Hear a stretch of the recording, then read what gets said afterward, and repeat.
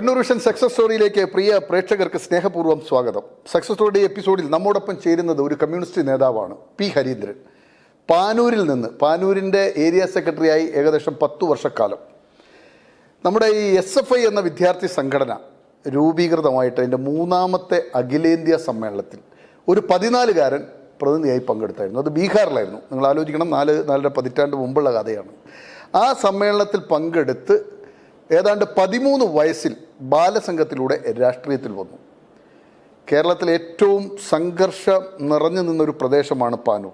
കണ്ണൂർ ജില്ല എന്ന് പറയുമ്പോൾ പാനൂരാണ് ആളുകൾക്ക് ആദ്യം ഓർമ്മ വരിക. ആ പാനൂരിൽ ഏതാണ്ട് 10 വർഷം കമ്മ്യൂണിസ്റ്റ് പ്രസ്ഥാനത്തെ നയിക്കുക എന്ന് പറയുന്നത് ചെറിയ കാര്യമല്ല. ആ കാലഘട്ടം ഒരു മനുഷ്യന്, പൊതുപ്രവർത്തകൻ്റെ ജീവൻ തന്നെ അപകടത്തിലാകുന്ന ഒരു കാലഘട്ടമായിരുന്നു. നിരവധി തവണ ഇദ്ദേഹത്തിന് നേരെ അക്രമം ഉണ്ടായിട്ടുണ്ട്. ബോംബേറിൽ കാറൊക്കെ പൂർണ്ണമായും തകർന്നിട്ടും അത്ഭുതകരമായി രക്ഷപ്പെട്ട ഒരു പൊതുപ്രവർത്തകൻ. അദ്ദേഹം പാനൂർ മേഖലയിൽ നിരവധി സഹകരണ പ്രസ്ഥാനങ്ങൾക്ക് തുടക്കം കുറിച്ചിട്ടുണ്ട്. ജില്ലാ ബാങ്കിൻ്റെ പ്രസിഡൻ്റായിരുന്നു, സംസ്ഥാന സഹകരണ ബാങ്കിൻ്റെ ഡയറക്ടറായിരുന്നു. അതുപോലെ തന്നെ നമ്മുടെ ഫിക്സഡ് ഡെപ്പോസിറ്റ് അതിൻ്റെ ഫണ്ട്, എന്തായാലും പറയുക, ഗ്യാരണ്ടി ഫണ്ട് ബോർഡ്, അതിൻ്റെ വൈസ് ചെയർമാനായിരുന്നു. അങ്ങനെ പൊതുപ്രവർത്തന രംഗത്ത് 4.5 പതിറ്റാണ്ടിൻ്റെ പാരമ്പര്യം പി ഹരീന്ദ്രൻ. അപ്പോൾ ആ പൊതുപ്രവർത്തനം എങ്ങനെയാണ് രൂപപ്പെട്ടത്? പാനൂർ പോലുള്ളൊരു സ്ഥലത്ത് അദ്ദേഹം രാഷ്ട്രീയ പ്രവർത്തനങ്ങൾ നടത്തുമ്പോൾ നേരിടേണ്ടി വന്ന സാഹചര്യങ്ങൾ. ഇന്നത്തെ പൊതുപ്രവർത്തകർക്ക് എല്ലാം എളുപ്പമാണ്, ഒരു ഹൈടെക് യുഗമാണ്. കുറച്ച് യൂട്യൂബും കുറച്ച് നവമാധ്യമങ്ങളൊക്കെ ഉണ്ടെങ്കിൽ പൊതുപ്രവർത്തകർ ഹൈപ്പിച്ചിലേക്ക് എത്തുന്ന ഈ കാലത്ത് അന്ന് പ്രവർത്തിച്ചവരുടെ അനുഭവങ്ങൾ നമ്മൾ അറിയുന്നത് നല്ലതാണ്. പ്രേക്ഷകർക്കും ഒപ്പം പി ഹരീന്ദ്രനും സക്സസ് സ്റ്റോറിയിലേക്ക് സ്വാഗതം.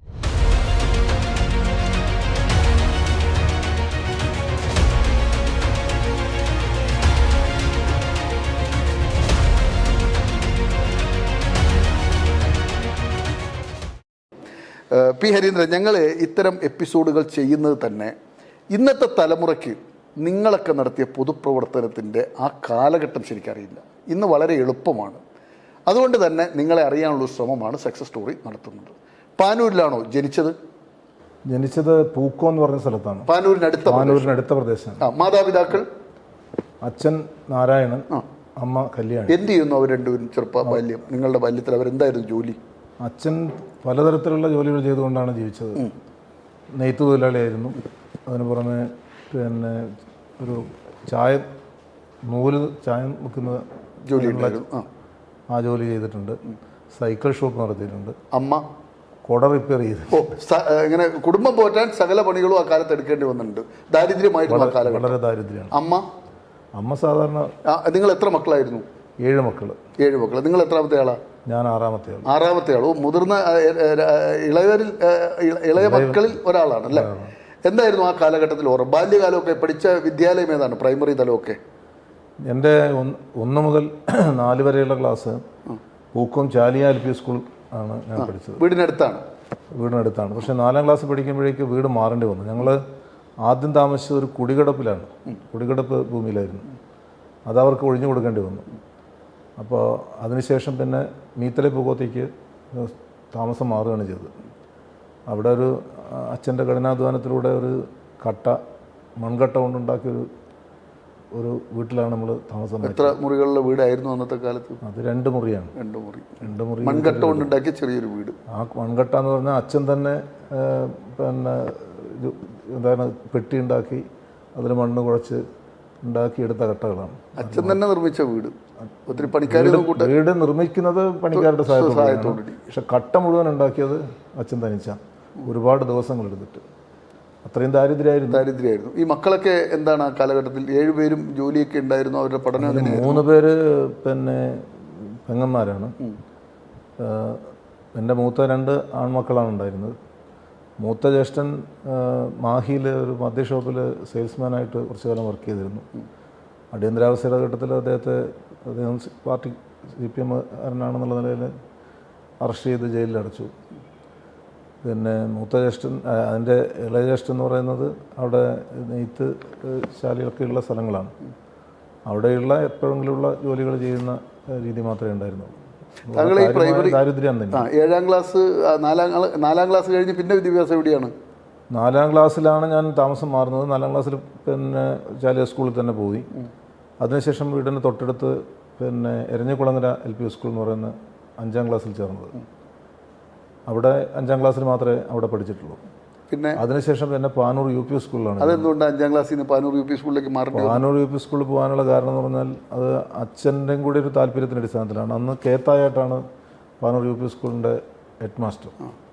അപ്പോൾ സാഹിത്യകാരൻ. അതെ, കേത്തായിട്ട് മാസ്റ്ററും അച്ഛനും നല്ല അടുത്ത ബന്ധമുള്ളതാണ്.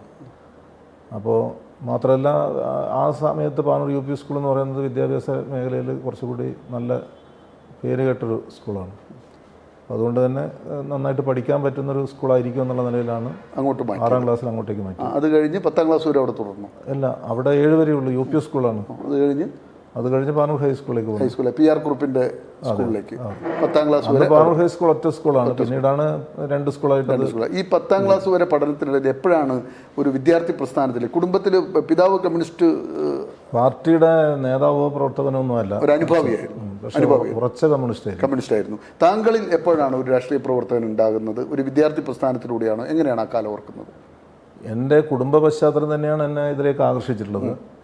ഞാനൊരു സംഘടനാ പ്രവർത്തനം, പൊതുപ്രവർത്തനം നടത്തുന്നു എന്ന് പറയാവുന്നത് 6ാം ക്ലാസ്സിൽ പഠിക്കും, പാനൂർ UP സ്കൂൾ 6ാം ക്ലാസ്സിൽ പഠിക്കുന്ന അവസരത്തിൽ അന്ന് ദേശാഭിമാനി ബാലസംഘം എന്നുള്ള പേരിലാണ് ഒരു കുട്ടികളുടെ സംഘടന പ്രവർത്തിക്കുന്നത്. DBS എന്നാണ് ചുരുക്കപ്പേരിൽ അറിയപ്പെടുക. അപ്പോൾ ആ DBSൻ്റെ ഒരു യൂണിറ്റ് ഞങ്ങൾ താമസിക്കുന്ന പൂക്കോം പ്രദേശത്ത് ആദ്യമായിട്ട് രൂപീകരിക്കുകയാണ്. പൂക്കോം പ്രദേശത്ത് പാർട്ടി ബ്രാഞ്ച് തന്നെ രൂപീകരിക്കുന്നത് 82-ൽ മാത്രമാണ്. അതിനു മുമ്പ് അവിടെ പാർട്ടി ബ്രാഞ്ചില്ല.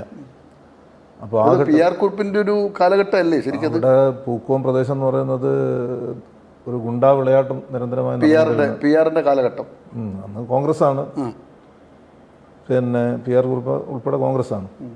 അപ്പോൾ അതിൻ്റെ ഭാഗമായിട്ട് വലിയ പ്രയാസങ്ങൾ അനുഭവിക്കുന്നുണ്ട്. ചെറിയ പ്രായത്തിലൊക്കെ നമ്മുടെ അനുഭവം എന്ന് പറഞ്ഞാൽ മിക്കവാറും രാത്രികളിൽ വീട്ടിൽ കൂട്ട നിലവിളിയാണ്. നിലവിളിക്കുന്നതിൻ്റെ കാരണം എന്ന് പറഞ്ഞാൽ 2-3 ആ മേഖലയിലുള്ള ഗുണ്ടാ പ്രവർത്തനം നടത്തുന്ന ആളുകളുണ്ട് കോൺഗ്രസിൻ്റെ. അവർ വാളൊക്കെ എടുത്ത് നല്ല തിളങ്ങുന്നൊരു വാളൊക്കെ ഉണ്ട് അവരുടെ കയ്യിൽ. താങ്കൾ കണ്ടിട്ടുണ്ടോ? ചെറിയ എങ്ങനെയാണ് രംഗം? രാത്രിയാണ് അവർ മദ്യപിച്ചിട്ടാണ് വരിക.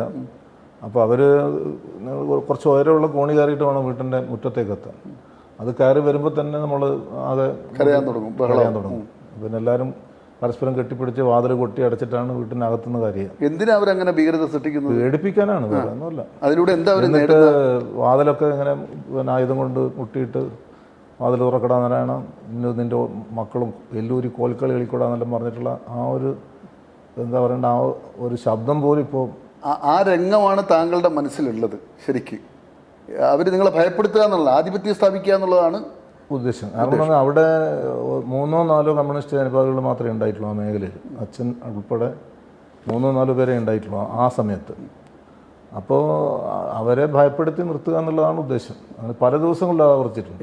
ബാലസംഘം വിട്ട് SFIയിലേക്ക് ഏത് കാലത്താണ് വരുന്നത് ശരിക്കും? SFIയിൽ പാനൂർ ഹൈസ്കൂളിൽ ചേരുന്നതോട് കൂടിയിട്ടാണ്. എങ്ങനെയാണ്, എപ്പോഴാണ് SFIയിൽ പ്രവർത്തകനായി മാറുന്നത്? അത് 77-78 ഘട്ടം. അടിയന്തരാവസ്ഥ കഴിഞ്ഞ ഉടനെയാണ് 77-78 എന്ന് പറയുന്നത്. അപ്പോൾ സ്കൂളിൽ ചെല്ലുമ്പോൾ തന്നെ പഠിപ്പ് മുടക്ക് സമരത്തിൻ്റെ ഒരു കാലമാണിത്. അടിയന്തരാവസ്ഥയിൽ പിന്നെ നിരവധി വിദ്യാർത്ഥി മർദ്ദനം ഉണ്ടായി. കോഴിക്കോട് റീജിയണൽ എഞ്ചിനീയറിംഗ് കോളേജിലെ വിദ്യാർത്ഥിയായിരുന്ന P. രാജനെ കൊണ്ടുപോയി പിന്നെ കക്കയം ക്യാമ്പിലിട്ട് ഉരുട്ടി കൊന്നു. ഈ വാർത്തകളൊക്കെ പുറത്തു വന്നു. അപ്പോൾ അത് സംബന്ധിച്ചുള്ള അന്വേഷണം ആവശ്യപ്പെട്ടുകൊണ്ട്, അതുപോലെ തന്നെ ഈച്ചിരവാര്യർ രാജൻ്റെ അച്ഛൻ ഒരു ഹേബിയസ് കോർപ്പസ് ഹർജി സമർപ്പിച്ചിരുന്നു അതുമായിട്ട് ബന്ധപ്പെട്ടിട്ടുള്ള. അപ്പോൾ ആ ആവശ്യം അവരോട് ഐക്യദാർഢ്യപ്പെട്ടുകൊണ്ട് അതിന് ഉത്തരവാദികളുടെ നടപടി സ്വീകരിക്കണം എന്ന് ആവശ്യപ്പെട്ടുകൊണ്ടാണ് സമരം. ആ പ്രക്ഷോഭത്തിൽ പങ്കെടുത്തു? തീർച്ചയായിട്ടും. ആ പ്രക്ഷോഭത്തിൽ പങ്കെടുക്കുമ്പോൾ പോലീസ് മർദ്ദനങ്ങളോ അങ്ങനെ സമരത്തെ പോലീസ് നേരിടുന്ന അവസ്ഥയൊക്കെ ഉണ്ടായിരുന്നു? പോലീസ് നേരിടുന്ന അവസ്ഥ ഉണ്ടായിരുന്നില്ല. അന്ന് സ്കൂളിനകത്ത് ഒരു എന്താ പറയേണ്ടത്, ഒരു ആവേശത്തിൻ്റെ ഒരു അലയുണ്ടാക്കുന്ന രീതിയിലാണ് ആ സമരങ്ങളൊക്കെ പോയിരുന്നത്. അപ്പോൾ ഈ PR കുറിപ്പിൻ്റെ വിദ്യാർത്ഥി പ്രസ്ഥാനം ഇല്ല അന്നേരം അവിടെ? ആ സമയത്ത് ജനത, വിദ്യാർത്ഥി ജനത എന്ന പേരിൽ KVJ എന്ന പേരിൽ ഒരു സംഘടന അവിടെ ഉണ്ട്. പക്ഷേ ആ ഘട്ടത്തിൽ PR കോൺഗ്രസ് തന്നെയാണ്, KSU ആണ്. PR-ൻ്റെ ആളുകൾ KSU ആണ്. പക്ഷേ വിദ്യാർത്ഥി ജനത എന്ന് പറഞ്ഞ ഒരു ചെറിയൊരു വിഭാഗം അവിടെ ഉണ്ടായിരുന്നു. അത് പഴയ PR കോൺഗ്രസ് സോഷ്യലിസ്റ്റ് പാർട്ടി ആയിരുന്ന കാലത്ത് ഉണ്ടായിരുന്ന കുടുംബങ്ങളിലെ കുട്ടികളാണ്. അവർ കുറച്ച് പേര് PR കോൺഗ്രസിലേക്ക് പോയ സമയത്ത് കോൺഗ്രസ് പോയിരുന്നില്ല. അവരുമായിട്ട് ബന്ധപ്പെട്ട കുട്ടികൾ മാത്രമാണ് KVJ എന്നുള്ള നിലയിൽ ആദ്യഘട്ടത്തിലുണ്ടായിരുന്നത്. PR പിന്നെ 80 കൂടിയിട്ടാണ് പിന്നെ ജനതാ പാർട്ടിയിലേക്ക് ചേരുന്നത്. അതുവരെ PR കോൺഗ്രസ് തന്നെയാണല്ലോ. PR-ന്റെ ആ സംഘടന ഉണ്ട്, പക്ഷേ നിങ്ങളാണ് ആ കാലത്ത് അവിടെ SFI ആണോ ആ സമയത്ത് ശക്തമായിട്ടുള്ളത്? അല്ല അവിടെ അന്നേരം KSU ആണ്. KSU. താങ്കൾ ആ സ്കൂൾ ലീഡറായിട്ട് തിരഞ്ഞെടുക്കപ്പെട്ടിരുന്നു ആ കാലഘട്ടത്തിൽ? 79-ലാണ്. 79-ൽ പാനൂർ ഹൈസ്കൂളിലെ KSUവിന്റെ SFIയുടെ ആദ്യത്തെ പിന്നെ സ്കൂൾ ലീഡർ താങ്കളാണ്. SFIയുടെ താങ്കൾ ഈ ബീഹാറിൽ അതുപോലെ അഖിലേന്ത്യാ SFI സമ്മേളനത്തിൽ ഏത് പ്രായത്തിലാണ് പങ്കെടുക്കുന്നത്? ബീഹാറിൽ പോയിട്ട് ഞാൻ 9ാം ക്ലാസ്സിൽ പഠിക്കുന്ന സമയത്താണ്. യഥാർത്ഥത്തിൽ 14 വയസ്സ് എനിക്ക് പൂർത്തിയായിട്ടില്ല. ഞാൻ 65-ലാണ് ജനിച്ചത്. 78 ലാസ്റ്റിലാണ് പിന്നെ പാറ്റ്നയിൽ അഖിലേന്ത്യാ സമ്മേളനം നടക്കുന്നത്. അപ്പോൾ ഞാൻ SFIയുടെ ഹൈസ്കൂൾ പ്രതിനിധി എന്നുള്ള നിലയിലാണ് ഇന്ന് സംസ്ഥാന സമ്മേളനം. കേരളത്തിൽ നിന്ന് ഒരാളേ ഉള്ളൂ ഹൈസ്കൂൾ പ്രതിനിധികൾ 3 പേരുണ്ടായിരുന്നു. 3 പേര്. അതാരൊക്കെയായിരുന്നു ബാക്കി 2 പേര്? അത് എനിക്ക് പ്രത്യേക ഓർമ്മയില്ല. അത് ബീഹാറിൽ പാറ്റ്നയിലാണ് നടക്കുന്നത്. ഈ 13 വയസ്സുകാരൻ എങ്ങനെ പാറ്റ്നയിലേക്ക് അന്നത്തെ യാത്ര എങ്ങനെയായിരുന്നു? അതൊന്നും അറിയണമല്ലോ. ഇന്നത്തെ പോലെ സൗകര്യമൊന്നുമില്ലല്ലോ. ട്രെയിനിലാണ് സാധാരണ കമ്പാർട്ട്മെന്റിൽ, ഓർഡിനറി കമ്പാർട്ട്മെന്റിൽ കയറിയിട്ടാണ് പോയിട്ട്. എത്ര ദിവസം എടുത്തു പാറ്റ്നയിൽ എത്താൻ? അന്ന് 3ാമത്തെ ദിവസം പാറ്റ്നയിലെത്തി. എത്ര പ്രതിനിധി സംഘം ഉണ്ടായിരുന്നു അന്ന് കേരളത്തിൽ നിന്ന്? കണ്ണൂർ ജില്ലയിലെ പ്രതിനിധികൾ ഒരുമിച്ചാണ് പോയത്. വിദ്യാർത്ഥികളുടെ ഒരു പിന്നെ യാത്രാ സംഘം എന്നുള്ള നിലയിലാണ് ട്രെയിൻ ടിക്കറ്റ് ബുക്ക് ചെയ്തിട്ട് ബോഗി ബുക്ക് ചെയ്തിട്ട് പോകുന്നത്. ആ യാത്രാനുഭവം എങ്ങനെയുണ്ടാ? 3 ദിവസത്തെ യാത്രാനുഭവം. ഒരു 13 വയസ്സുകാരൻ്റെ ആകാംക്ഷ. ഏകദേശം ഇന്ത്യ കാണാമല്ലോ, ഒരു പകുതി ഇന്ത്യ കാണുമല്ലോ നിങ്ങൾ ബീഹാർ എത്തുമ്പോഴത്തേക്കും. കുറേ ദൂരം തമിഴ്നാടൊക്കെ എത്തുമ്പോഴേക്ക് പിന്നെ അന്തരീക്ഷത്തിൽ മാറ്റം വന്നു. വലിയ കൊടുങ്ങിയ ചൂടായിരുന്നു. തോർത്തൊക്കെ നനച്ചിട്ട് ഇങ്ങനെ പിന്നെ ജനലിൻ്റെ ഇതിൽ പിന്നെ കെട്ടിവെക്കും. ഇടയ്ക്കിടെ തണുപ്പ് കിട്ടാൻ വേണ്ടി. കടുത്ത ചൂടാണ്. മാത്രമല്ല റിസർവേഷൻ കമ്പാർട്ട്മെൻ്റ് ആണെങ്കിൽ പോലും നിരവധി ആളുകൾ തള്ളിക്കയറി വിട്ടു. നമ്മൾ റിസർവ് ചെയ്ത ആളുകൾക്ക് സീറ്റ് ഇല്ലാതാവും. അപ്പോൾ അവരോടൊന്നും ചെയ്യാനില്ല, ഒന്നും പറയാനില്ല. ഒന്നും പറയാനില്ല. ആ തരത്തിലുള്ളൊരു ഒരവസ്ഥയാണ്. അന്നത്തെ അന്ന് കണ്ട പാറ്റ്നയുടെ ഓർമ്മ എന്താണ്? അന്ന് പാറ്റ്നയിൽ എൻ്റെ ഏറ്റവും പ്രധാനപ്പെട്ട ഒരിക്കലും മറക്കാനാവാത്ത അനുഭവം എന്ന് പറഞ്ഞാൽ ഗംഗയിൽ കുളിക്കാൻ ഈ നമ്മൾ സമ്മേളനം നടക്കുന്നതിൻ്റെ അടുത്തുകൂടെയാണ് ഗംഗ ഒഴുകുന്നത്. അപ്പോൾ ഗംഗയിൽ കുളിക്കാൻ നല്ല തണുപ്പുള്ള വെള്ളമാണ്. കുളിക്കണമെന്ന് പറഞ്ഞിട്ട് എല്ലാവരും കൂടി നമ്മൾ ഗംഗയിലേക്ക് പോയി. കുളിക്കാൻ വേണ്ടി ഗംഗയിൽ ഇറങ്ങുന്നവരാണ് ഒരു മൃതദേഹം ഒഴുകി വരുന്നത്. മൃതദേഹം എന്ന് പറഞ്ഞാൽ പൂർണ്ണമായ അർത്ഥത്തിലുള്ളതല്ല, അതിങ്ങനെ ശരീരഭാഗങ്ങൾ. അതോടുകൂടി കുളി നിർത്തി. ഒരു 13കാരൻ ഗംഗയിൽ കണ്ട ആദ്യ ചിത്രം അതാണ്. ഒരു മൃതദേഹങ്ങളുടെ അവശിഷ്ടമാണ്. പൂർണ്ണ മൃതദേഹം അല്ല. മൃതദേഹത്തിന്റെ ഏത് ഭാഗം ഒഴിവ് വന്നു? അവശിഷ്ടം. കൈയിന്റെയും ശരീരത്തിന്റെയും ഉടലിന്റെയും ഭാഗമാണ് കാണുന്നത്. അതോടുകൂടി ഗംഗയിൽ പുണ്യസ്നാനം എന്ന് പറഞ്ഞ പരിപാടി നിർത്തി. കുളിക്കാതെ കയറി പോന്നു. പിന്നെ നമ്മൾ താമസിക്കുന്ന സ്ഥലത്ത് തന്നെ കുടിച്ചു. ശരി, SFI കാലഘട്ടം എവിടെ വരെ ഉണ്ടായിരുന്നു? SFI കാലഘട്ടമാണ് എൻ്റെ ജീവിതത്തിലെ രാഷ്ട്രീയ പ്രവർത്തനത്തിൽ ഏറ്റവും ആവേശം തന്ന. പാറ്റ്ന അനുഭവത്തിനപ്പുറം SFI കാലഘട്ടത്തിലെ അനുഭവം എന്താണ് ഓർമ്മിക്കാൻ പറ്റുക? എന്നെ സംബന്ധിച്ചിടത്തോളം SFIയിൽ അപൂർവമായിട്ട് കിട്ടുന്ന ഒരു അവസരമാണ് 3 അഖിലേന്ത്യാ സമ്മേളനത്തിൽ പങ്കെടുക്കാൻ കിട്ടിയൊരവസരം. SFIയുടെ അഖിലേന്ത്യാ സമ്മേളനങ്ങൾ 2 വർഷത്തിലൊരിക്കലാണ് നടക്കുന്നത്. അത് എവിടെയൊക്കെയാണ് നടന്നത്? ഒന്ന് ആദ്യത്തേത് പാറ്റ്ന, 4ാമത്തേത് പിന്നെ ദാദർ, പിന്നെ 5ാമത്തേത് ഡംഡം. ഈ 3 സ്ഥലത്തും പങ്കെടുക്കാൻ പറ്റി. അപ്പോൾ 20 വയസ്സിനുള്ളിൽ തന്നെ ഇത്രയും സമ്മേളനങ്ങളിൽ പങ്കെടുക്കാൻ പറ്റി. അത് വളരെ അപൂർവമായിട്ട് മാത്രമേ SFI രംഗത്തുള്ള ആൾക്ക് ആ ഒരു അവസരം പെട്ടെന്ന് DYFI ആയി മാറും അപ്പോഴത്തേക്കും അല്ലേ? സാധാരണ തീർച്ചയായിട്ടും ഈ 3 സമ്മേളനത്തിലും പങ്കെടുത്തു. ആ കാലഘട്ടത്തിലെ സഹപ്രവർത്തകർ ആരൊക്കെയാണ് ഓർമ്മയിൽ? ഞാൻ SFIയുടെ സംസ്ഥാന സമ്മേളനത്തിൽ ആദ്യം പങ്കെടുക്കുന്നത് പിന്നെ കോഴിക്കോടാണ്. ആ കോഴിക്കോട് സമ്മേളനത്തിൽ വെച്ചാണ് കോടിയേരി ബാലകൃഷ്ണൻ സംസ്ഥാന സെക്രട്ടറി സ്ഥാനത്ത് നിന്ന് മാറി AK ബാലൻ സംസ്ഥാന സെക്രട്ടറി ആവുന്നത്. AK ബാലൻ സംസ്ഥാന സെക്രട്ടറി MA ബേബി പ്രസിഡന്റുമായിട്ടാണ് ആ സമ്മേളനത്തിൽ തിരഞ്ഞെടുത്തത്. അവിടെ നിന്നാണ് അഖിലേന്ത്യാ സമ്മേളന പ്രതിനിധിയായിട്ട് തിരഞ്ഞെടുക്കപ്പെടുന്നത് കോഴിക്കോട് സമ്മേളനത്തിൽ. അഖിലേന്ത്യാ സമ്മേളനത്തിലെത്തിയപ്പോൾ അവിടെ പ്രകാശ് കാരാട്ട് ഒഴിഞ്ഞ് MA ബേബി അഖിലേന്ത്യാ പ്രസിഡന്റാകുന്ന സമ്മേളനമാണത്.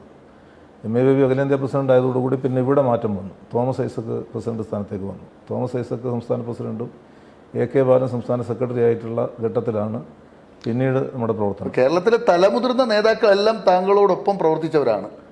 ആ കാലഘട്ടത്തിലാണ് ഞാൻ SFIയിലേക്ക് വരുന്നത്. SFI കാലഘട്ടത്തിൽ ബ്രണ്ണനിൽ പഠിക്കുന്ന കാലഘട്ടത്തിലെ അനുഭവം എന്താണ്? ബ്രണ്ണൻ എപ്പോഴും ഒരു സംഘർഷം നിറഞ്ഞു നിൽക്കുന്ന ഒരു അന്തരീക്ഷമുള്ള കാലഘട്ടമാണല്ലോ. എങ്ങനെയാണ് ആ കാലഘട്ടമൊക്കെ? ബ്രണ്ണനിൽ പഠിക്കുന്നത് കാലഘട്ടത്തിൽ എന്നെ സംബന്ധിച്ചിടത്തോളം വ്യക്തിപരമായിട്ട് അഭിമാനം തോന്നിയൊരു സമയം എന്ന് പറഞ്ഞാൽ ഞാൻ ഫസ്റ്റ് PDCക്ക് പിന്നെ അവിടെ ചേർന്ന വർഷം തന്നെ ഇന്നത്തെ +2 ആണെന്ന് ഓർക്കണം. അതെ, ഫസ്റ്റ് പ്രീ ഡിഗ്രിയാണ്. അപ്പോൾ ആ ചേർന്ന വർഷം തന്നെ ഡിഗ്രി ക്ലാസ്സുകളിലടക്കം ക്യാമ്പയിൻ നടത്താൻ എനിക്ക് അവസരമുണ്ടായി. കാരണം ഞാൻ ആ സമയമാകുമ്പോഴേക്ക് പാനൂർ ഹൈസ്കൂളിൽ പഠിക്കുമ്പോൾ തന്നെ SFIയുടെ തലശ്ശേരി ഏരിയ കമ്മിറ്റിയുടെ വൈസ് പ്രസിഡന്റാണ്. സ്കൂൾ വിദ്യാർത്ഥിയായിരിക്കുന്ന തലശ്ശേരി AC കേഴിലാണ് പാനൂർ പ്രത്യേക ഏരിയ കമ്മിറ്റി ഇല്ല. അതിനുള്ള ഒരു രാഷ്ട്രീയമായ സ്വാധീനം പാനൂർ മേഖല ഉണ്ടായിരുന്നില്ല. അപ്പോൾ ഏരിയ വൈസ് പ്രസിഡന്റ് ആയതുകൊണ്ട് തന്നെ ഞാൻ വ്രണംകുളയിൽ എത്തുമ്പോൾ എനിക്കൊരു അപരിചിതത്വമില്ല. കാരണം അവിടെയുള്ള എല്ലാവരെയും അറിയാം, നേതാക്കന്മാർ. അല്ല, നിങ്ങളൊരു ജൂനിയർ അല്ലേ, അപ്പോൾ ഈ സീനിയേഴ്സ് നിങ്ങൾ എങ്ങനെ ഉൾക്കൊണ്ടു അന്നത്തെ കാലത്ത്? അത് അവരുടെ സംഘടനാ സംവിധാനത്തിന്റെ പ്രത്യേകത ഉണ്ട്. ആ കാലഘട്ടത്തിൽ സംഘർഷം ഉണ്ടായിരുന്നോ ക്യാമ്പസിനകത്ത്? വലിയ സംഘർഷം. ആരായിരുന്നു ആ കാലഘട്ടത്തിൽ നിങ്ങളുടെ കൂടെ ഉണ്ടായിരുന്ന സീനിയറും ജൂനിയറും ഒക്കെ ആയിട്ടുണ്ടായിരുന്ന വിദ്യാർത്ഥി നേതാക്കൾ അല്ലെങ്കിൽ പൊളിറ്റിക്കൽ രംഗത്തുണ്ടായിരുന്ന ആളുകൾ? ഒന്നിപ്പോൾ കാസർഗോഡുള്ള പ്രൊഫസർ സി ബാലൻ, അദ്ദേഹമുണ്ട്. പിന്നെ ജെയിംസ് മാത്യു, പിന്നെ TT വേണുഗോപാലൻ SFIയുടെ ചെയർമാനായിരുന്നു. ഇപ്പം ദാമൻ ബാങ്കിൽ നിന്ന് റിട്ടയർ ചെയ്തിട്ടുള്ള ഉദ്യോഗസ്ഥനാണ്. പിന്നെ ഇവിടെയുള്ള ഈങ്ങൽപ്പുഴയുടെ അടുത്തുള്ള ഒരു ജനാർദ്ദനൻ, അങ്ങനെയുള്ള കുറച്ച് ടീമുകളാണുള്ളത്. ആ കാലഘട്ടത്തിലൊക്കെ രാഷ്ട്രീയ സംഘർഷം ഉണ്ടോ പാനൂർ മേഖലയിൽ? താങ്കൾ വിദ്യാർത്ഥിയായിരിക്കുന്ന സമയത്ത് രാഷ്ട്രീയ സംഘർഷമുണ്ട്. അന്ന് CPM വളരാനുള്ള നീക്കം അവിടെ നടക്കുന്നു. ആ സമയത്ത് വളർന്നു വരുന്നു. CPM-നെ ഒരു വളർത്താൻ സമ്മതിക്കില്ല എന്നുള്ള തരത്തിൽ മറുപക്ഷവും. അന്ന് മറുപക്ഷം ആരായിരുന്നു? അപ്പോഴേക്ക് ഈ PR-ന്റെ രാഷ്ട്രീയ മാറ്റം അവിടെ കുറച്ച് പ്രശ്നങ്ങൾ ഉണ്ടാക്കുകയാണ് ചെയ്തത്. 80-ലാണ് അതിനൊരു പ്രധാനപ്പെട്ട ഒരു ടേണിംഗ് പോയിന്റ് എന്ന് പറയുന്നത്. 80-ലെ തെരഞ്ഞെടുപ്പിൽ PR ഗ്രൂപ്പ് പിന്തുണച്ചത് KG മാരാരെയാണ്. BJP ആയിട്ടില്ല അന്ന്. ജനത ഒരു ഭിന്നിപ്പുള്ളൊരു ഘട്ടമാണ്. BJP രൂപീകരിക്കപ്പെട്ടു കഴിഞ്ഞത് അന്ന് പെരിങ്ങളം മണ്ഡലമാണ്. അപ്പോൾ KG മാരാറാണ് PR പിന്തുണച്ചിട്ടുള്ള സ്ഥാനാർത്ഥി. ഇടതുപക്ഷം AK ശശീന്ദ്രനാണ്. അന്ന് ആന്റണി കോൺഗ്രസ് പിന്നെ LDF-ന്റെ ഭാഗമായിട്ട് NCP ശശീന്ദ്രൻ. അതെ, അദ്ദേഹം ആന്റണി കോൺഗ്രസിൻ്റെ ഭാഗമായിട്ട് LDF-ന്റെ ഭാഗമായി. അപ്പോൾ AK ശശീന്ദ്രൻ LDF-ന്റെ സ്ഥാനാർത്ഥിയും KG മാരാറ് അപ്പുറത്തെ സ്ഥാനാർത്ഥിയായിട്ടാണ് നിൽക്കുന്നത്. അപ്പോൾ ആ തെരഞ്ഞെടുപ്പിലാണ് ആദ്യമായിട്ട് പെരിങ്ങളം മണ്ഡലത്തിൽ PR നിർദ്ദേശിക്കുന്ന PR പിന്തുണക്കുന്ന സ്ഥാനാർത്ഥി പരാജയപ്പെടുന്നത്. അതിനു മുമ്പൊന്നുകിൽ PR അല്ലെങ്കിൽ KMSUP PR-ന്റെ നിർദ്ദേശിക്കുന്നയാൾ അവർ മാത്രമേ ജയിക്കൂ. മറ്റൊരു അപ്പീൽ അതിനില്ല. പക്ഷേ 80-ഓടുകൂടി ആ സ്ഥിതി മാറി. ഇത് മാറിയതിന് ശേഷം PR പിന്നീട് ജനതാ പാർട്ടി തന്നെ മാറി, ഇടതുപക്ഷത്തിൻ്റെ ഭാഗമായി മാറി. പക്ഷെ അപ്പോഴേക്കത് സംഭവിക്കുന്നു പറഞ്ഞാൽ PR-ന്റെ അനുയായികളും ഈ പറയുന്ന RSS-ന്റെ ജനസംഘത്തിൻ്റെ KG മാരാറുമായിട്ടുള്ള ബന്ധപ്പെട്ട തെരഞ്ഞെടുപ്പിൽ യോജിച്ച് പ്രവർത്തിച്ചതിനെ തുടർന്ന് PR ജനതയിലേക്ക് വന്നപ്പോൾ കുറേ ആളുകൾ അവിടെ തന്നെ തറച്ചു. BJP ജനതാ പാർട്ടിയിൽ നിന്നും BJP ആയി മാറി. പിന്നീട് മാറി. അതുകൊണ്ട് തന്നെ അന്ന് നേരത്തെ സോഷ്യലിസ്റ്റ് പാർട്ടിയുടെ ശക്തി കേന്ദ്രങ്ങളായിരുന്ന പൊയിലൂർ, വത്തായക്കുന്ന്, എലാങ്കോട്, അങ്ങനെയാണ് BJP സംഘപരിവാർ അവിടെ ശക്തിയായി. അതോടുകൂടി പിന്നെ PR-ന്റെ അനുയായികളുടെ നേരത്തെ ഉണ്ടായിരുന്ന പ്രവർത്തനങ്ങളൊക്കെ പങ്കെടുത്ത ആളുകളടക്കം RSS-ന്റെ ഭാഗമായി നിന്നു. അവർ നേരത്തെ തന്നെ കമ്മ്യൂണിസ്റ്റ് വിരോധത്തിൻ്റെ അടിസ്ഥാനത്തിലാണ് മുന്നോട്ട് പോയിരുന്നത്. PR കമ്മ്യൂണിസ്റ്റ് പാർട്ടിയോടൊപ്പം ചേർന്നപ്പോൾ പിന്നെ ഇവരുടെ കമ്മ്യൂണിസ്റ്റ് വിരോധം മുന്നോട്ട് കൊണ്ടുപോകാൻ PR-ന് കൂടെ നിന്നിട്ട് കാര്യമില്ല.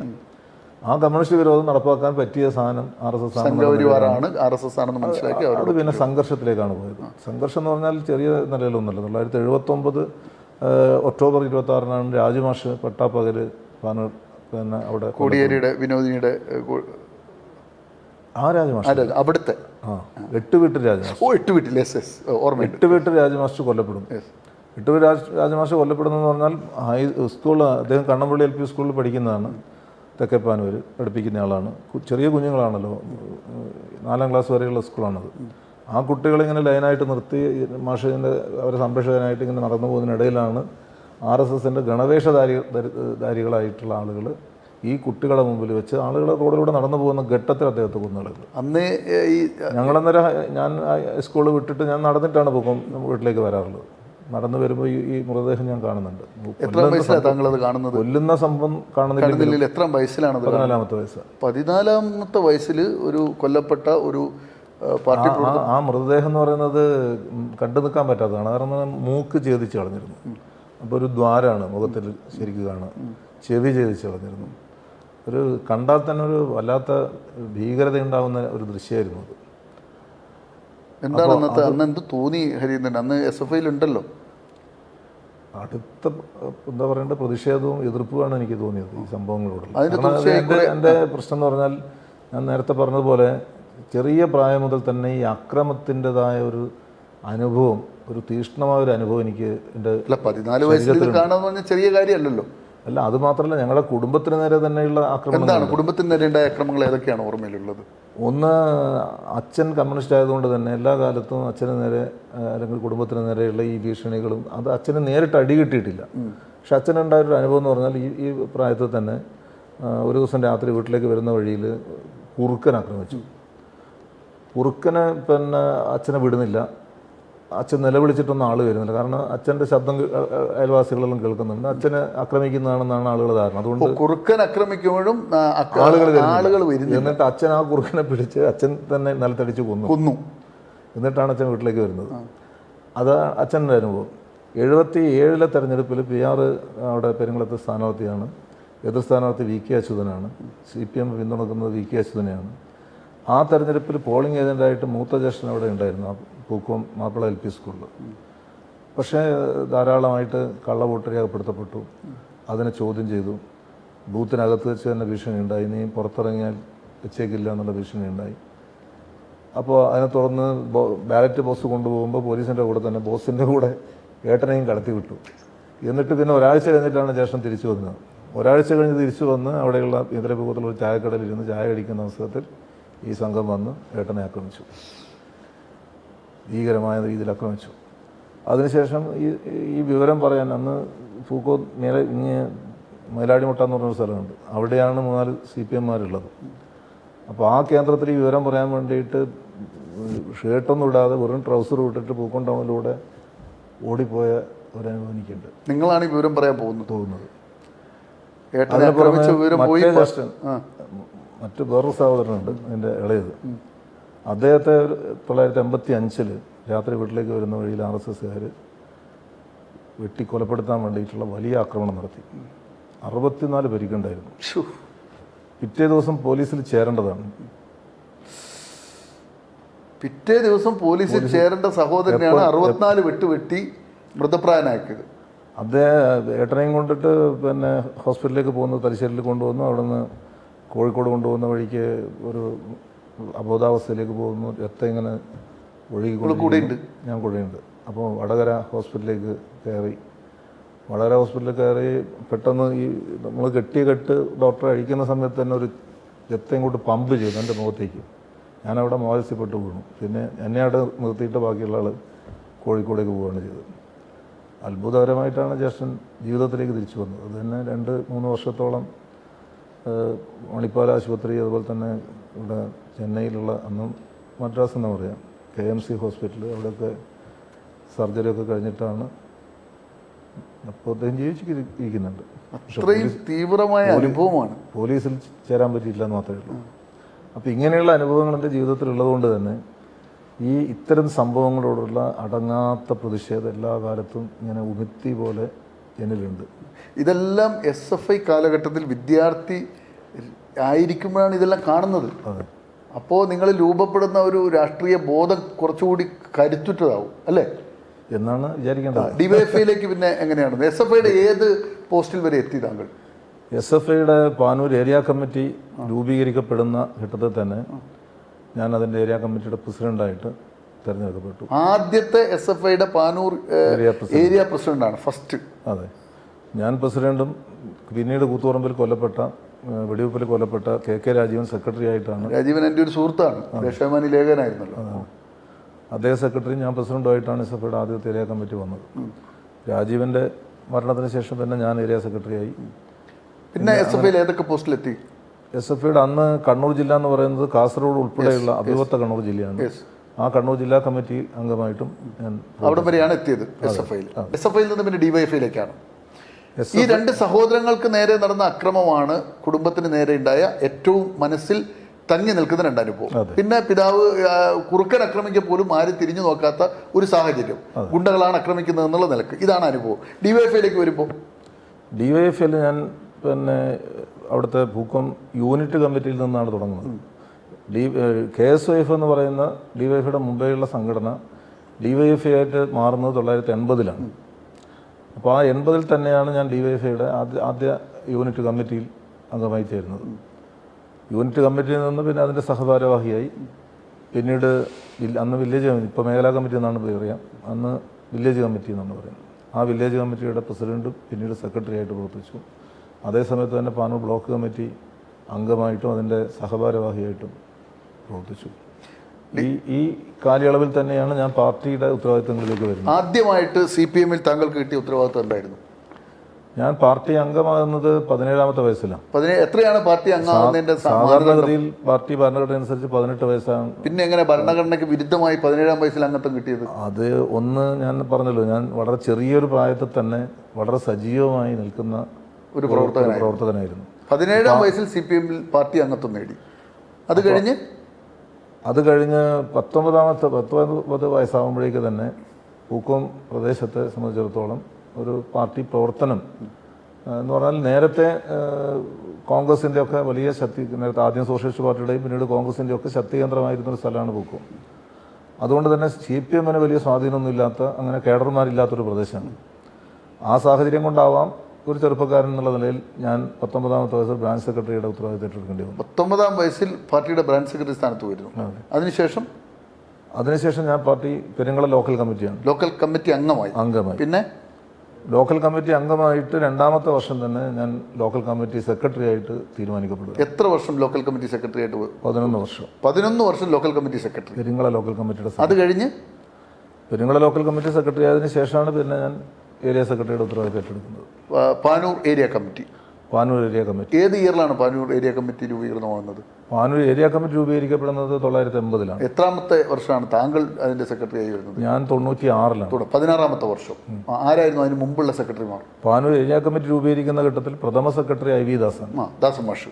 അതിനുശേഷം പിന്നെ 3 ടേമിൽ PP കുഞ്ഞിക്കണ്ണൻ ആയിരുന്നു. അതിനുശേഷം ഒരു ടേം AV ബാലൻ.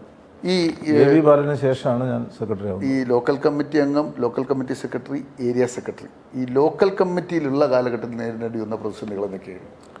ലോക്കൽ കമ്മിറ്റി സംഘർഷം ഞാൻ ബ്രാഞ്ച് സെക്രട്ടറി ആവുന്ന ഘട്ടത്തിൽ തന്നെ എൻ്റെ വീട്ടിൻ്റെ സാഹചര്യങ്ങൾ കുറേ പ്രയാസമുള്ള ഒരു, എന്താ പറയേണ്ടത്, ഒരു പട്ടിണി കിടക്കുന്നത് പോലെയുള്ള ഒരു അവസ്ഥയിൽ തന്നെയാണ് നമ്മൾ ജീവിക്കേണ്ടി വന്നത്.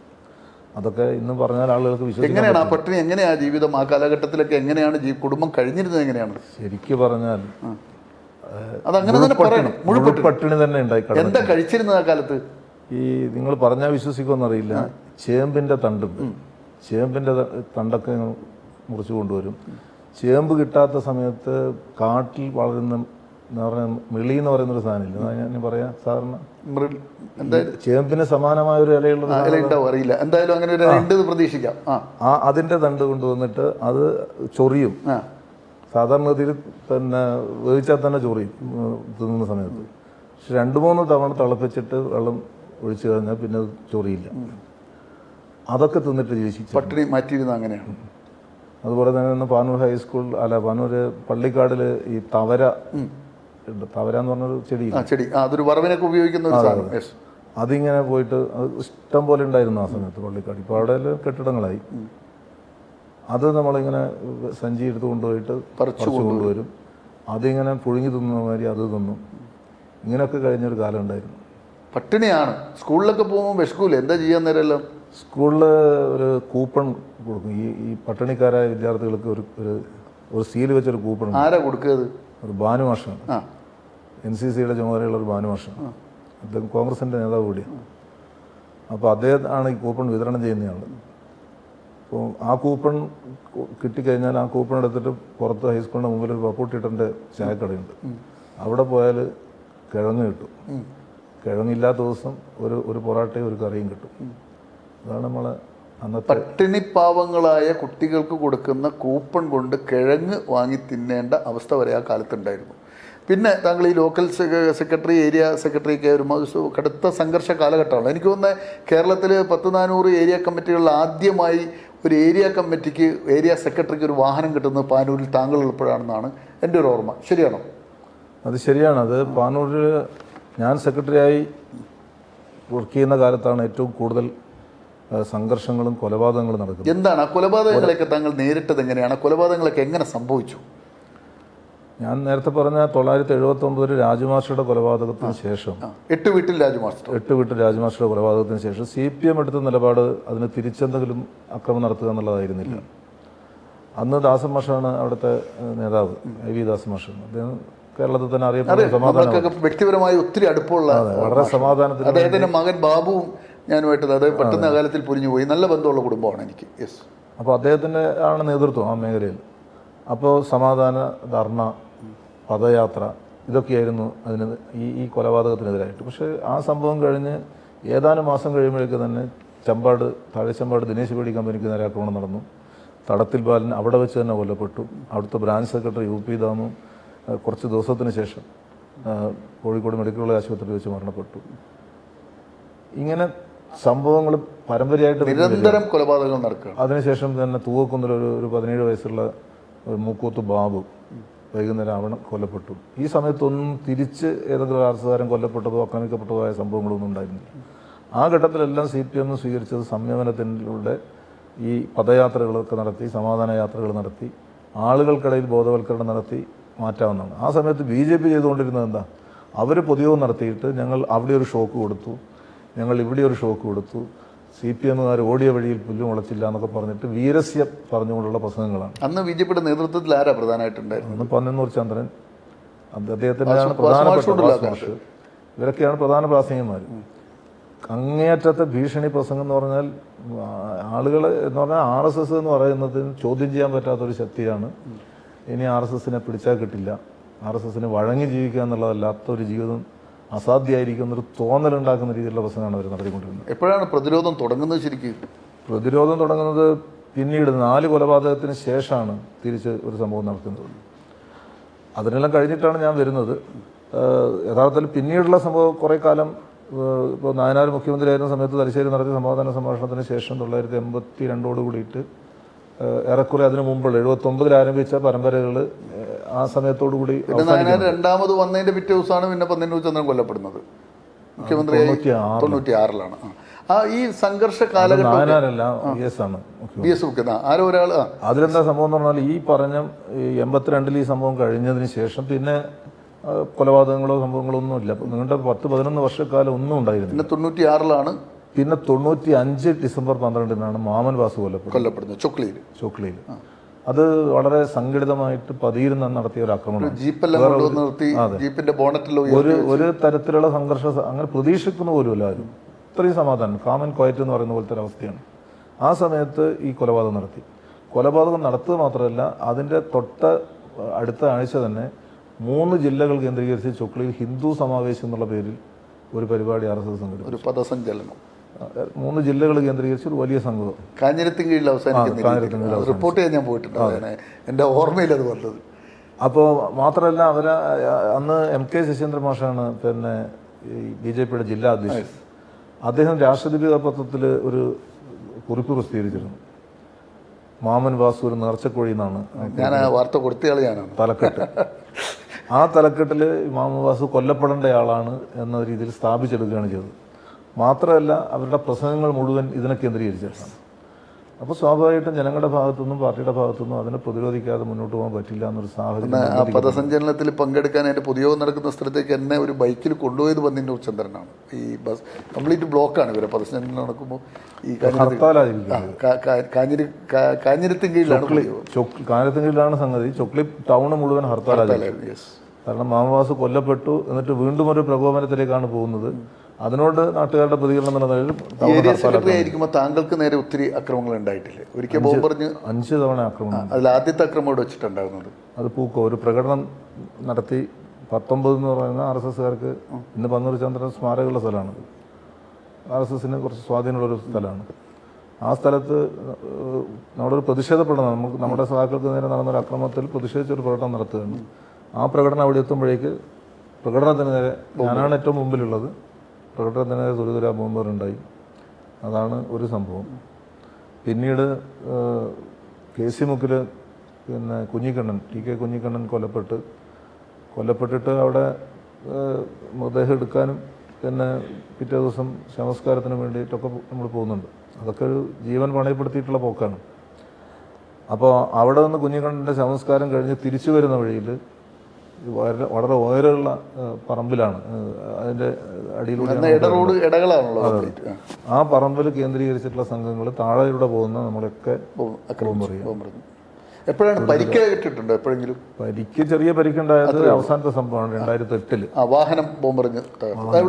അത് വടക്കേപ്പോലൂര് നമ്മുടെ പാർട്ടി ഓഫീസ് അവിടുത്തെ ബ്രാഞ്ച് ഓഫീസ് തകർത്തിട്ട് അവിടെ ഒരു പ്രതിഷേധ പൊതുയോഗം സംഘടിപ്പിച്ചു. ആ പ്രതിഷേധ പൊതുയോഗത്തിൽ വടക്കേപ്പോലൂർ പ്രസംഗിച്ച് തിരിച്ച് പാനൂരിലേക്ക് വരുന്ന വഴിയിലാണ് ഈ പറയുന്ന ഭാസ്കരൻ വൈദ്യര പീടിക എന്ന് പറയുന്ന ആ സ്ഥലത്ത് വെച്ച് അവിടെ ഈ സ്കൂളുള്ളതുകൊണ്ട് തിരുവാലി UP സ്കൂളുള്ളത് കൊണ്ട് ബമ്പുണ്ട് അപ്പുറം ഇപ്പുറമൊക്കെ ആയിട്ട്. സ്വാഭാവികമായിട്ടും വാഹനം പെട്ടെന്ന് സ്ലോ ആക്കാതെ ആ വഴിക്ക് കടന്നു വരാൻ പറ്റില്ല. ആ സ്ലോ ചെയ്യുന്ന സമയത്താണ് ബോംബറുണ്ടാകുന്നത്. ബോംബെന്ന് പറഞ്ഞാൽ എല്ലാ ഭാഗവും ഇങ്ങനെ തുളഞ്ഞു കയറുന്ന രീതിയിലാണ് വാഹനം മുഴുവൻ തുള വീണു. ആ സമയത്ത് ഞാൻ സൈഡിൽ ഇരിക്കുന്ന നേരം ചീള് തെറിച്ചിട്ട് ഞാൻ നേരെ പാനൂർ പോലീസ് സ്റ്റേഷനിലേക്ക് വാഹനം ഓടിച്ച് കയറ്റുകയാണ്. ഈ പാനൂരിൽ നടന്ന കൊലപാതകങ്ങൾക്ക് നിരവധി പേരാണ് കൊല്ലപ്പെട്ടത്. ഇപ്പം താങ്കൾ പറഞ്ഞു 8 വീട്ടിൽ രാജു മാസ്റ്റർ കുട്ടികളുടെ മുന്നിൽ വെച്ച് കൊല്ലപ്പെട്ടു, ജയകൃഷ്ണൻ കുട്ടികളുടെ മുന്നിൽ വെച്ചാണ് കൊല്ലപ്പെടുന്നത്. പിന്നെ സുധീഷിനെ മാതാപിതാക്കളുടെ മുന്നിൽ വെച്ചാണ്, പന്നന്നൂർ ചന്ദ്രൻ ഭാര്യയുടെ മുന്നിൽ വെച്ചാണ്. ഇങ്ങനെയൊക്കെ ഒത്തിരി കൊലപാതകങ്ങൾ അതെല്ലാം റിപ്പോർട്ട് ചെയ്തിട്ടുള്ള ഒരാളാണ് ഞാൻ. ഈ കൊലപാതകങ്ങളൊക്കെ പന്ന്യന്നൂരും അതുപോലെ തന്നെ സെൻട്രൽ പൊയിലൂരും ഒക്കെ പോയി ഒത്തിരി. ഈ കൊലപാതകങ്ങൾ കൊണ്ട് പ്രസ്ഥാനങ്ങൾക്ക് എന്തെങ്കിലും നേട്ടം ഉണ്ടായിട്ട് തോന്നുന്നുണ്ട്? ഇത്രയും മനുഷ്യർ മരിച്ചു. ഒരിക്കലും കൊലപാതകങ്ങൾ കൊണ്ട് നേട്ടമൊന്നും ഉണ്ടാവില്ല. ഒരു പ്രസ്ഥാനത്തിനും ഉണ്ടാകാൻ സാധ്യതയില്ല. CPM കൊലപാതകത്തിലൂടെ അല്ല വളർന്നത്.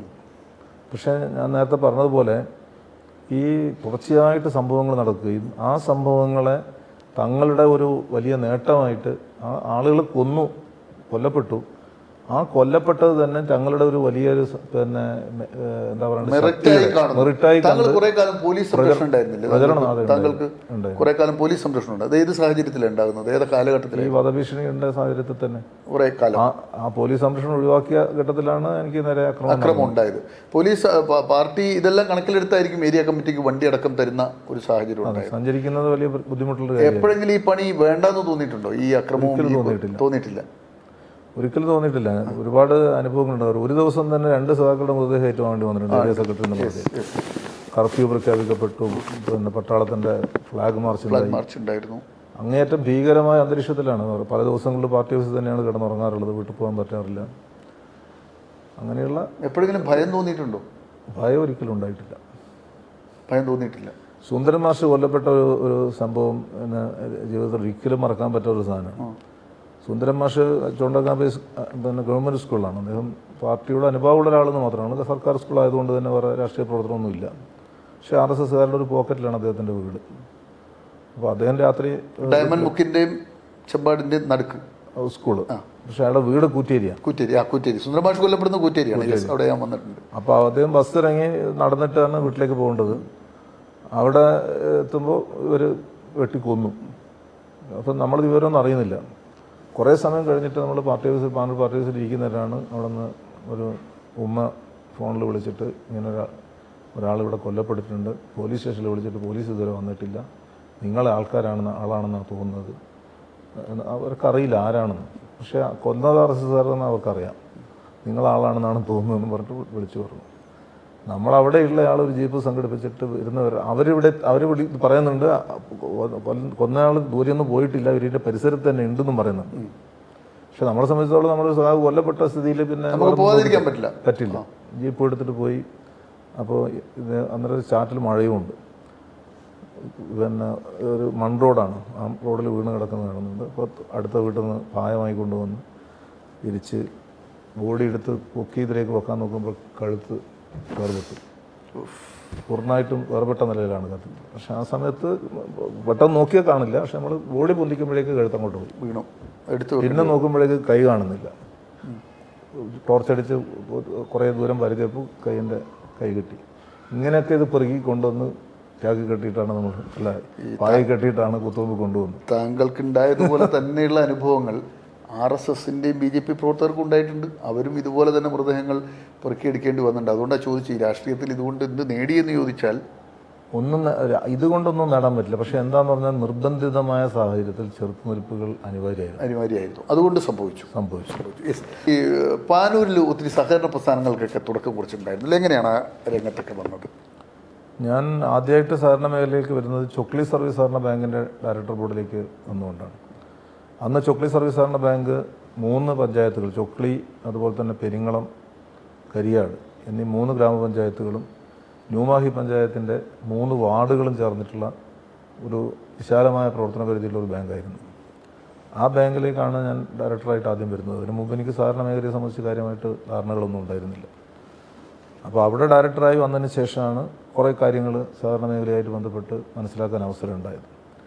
പിന്നീട് ഞാൻ ഏരിയ സെക്രട്ടറി ആയതിനു ശേഷം ഈ ചൊക്ലി ബാങ്ക് പിന്നെ അതിൻ്റെ പ്രവർത്തന പരിധി ചുരുക്കിയാൽ ഓരോ പഞ്ചായത്തിനും ഓരോ ബാങ്ക് ഉണ്ടാക്കാൻ പറ്റും എന്ന നിലയിൽ ചിന്തിക്കുകയും അങ്ങനെ ചൊക്ലി ബാങ്കിൻ്റെ ജനറൽ ബോഡിയിൽ വെച്ചിട്ട് അതിൻ്റെ ബൈലോ ഭേദഗതി വരുത്തി ഈ പെരിങ്ങളം പഞ്ചായത്തിനെയും കരിയാട് പഞ്ചായത്തിനെയും പെരിങ്ങാടിനെയെല്ലാം വേർപെടുത്തി ചൊക്ലി സർവീസ് ബാങ്ക് ചൊക്ലി മാത്രമാക്കി മാറ്റുകയും പെരിങ്ങളത്തും കരിയാടും അതേസമയം തന്നെ പുതിയ സർവീസ് സഹകരണ ബാങ്കുകൾ രൂപപ്പെടുത്തുകയും ചെയ്തു. അപ്പോൾ അതാണ് തുടക്കം.